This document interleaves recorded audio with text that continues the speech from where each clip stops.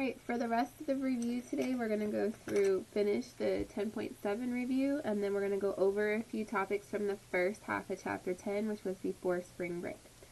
Okay, the equation of the circle is given. It says graph the circle. So this is another one where we're going to have to complete the square. So again, we're going to rearrange, and we're going to leave some blank spaces.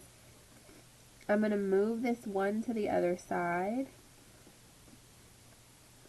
And then to figure out what to put in this blank, remember we take half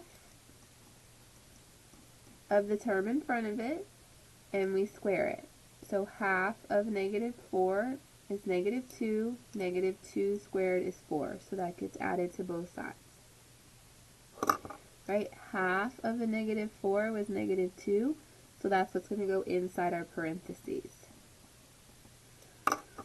Then we've got half of +2 squared, so half of +2 is 1, 1 squared is 1, so 1 gets added to both sides. So this is going to, oops, this is a y, my bad, y plus 1. And then over here we add our terms together, the -1 and +1 cancel out, so we just have 4.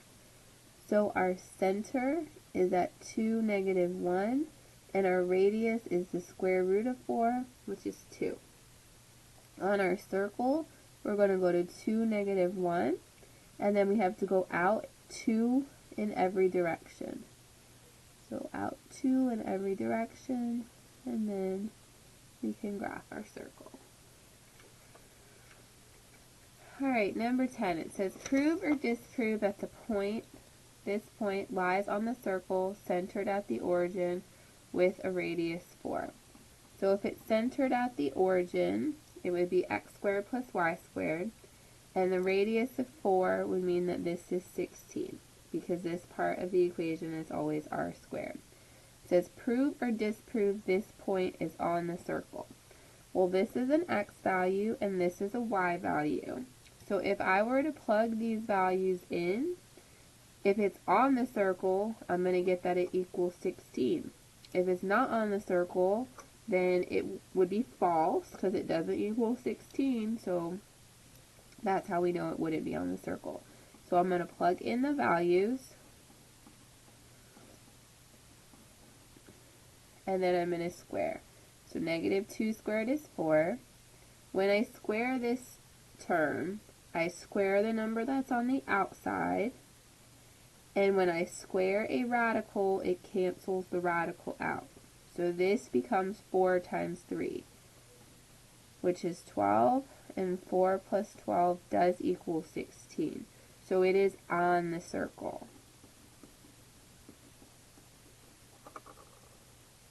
Okay. This would be an honors question. Don't worry about number 10 if you're in the regular class. Number 11, the point 30 is on a circle with the center at 0, 2. Write the standard equation of the circle. So we have this point and this point. This can be x1, y1, x2, y2, and we need to use our distance formula to figure out the radius. So distance formula is on your reference sheet. You subtract the x values and square it. You subtract the y values and square it. Using the distance formula is going to give us our radius. Now with these points in particular, we could have just counted, like drawn a graph and counted, because these are super low values and it would be easy to graph. But we can also just use the distance formula here. Okay. So we've got the square root of 13. That's our r value. Now, when I write the equation, I want to use my center point. This is going to be my h and my k. So it's going to be x minus 0 squared plus y minus 2 squared, and it's going to equal r squared. So the square root of 13 squared. And this will simplify to just x squared. When I square a square root, it cancels out, so it's just equals 13, and that would be the final answer. Okay, for 12 and 13, graph the circle and write the equation of the tangent to the circle. We're going to skip these questions. Okay, we're not going to do those problems, so skip 12 and 13. Okay, they were in the book, but we're not doing them.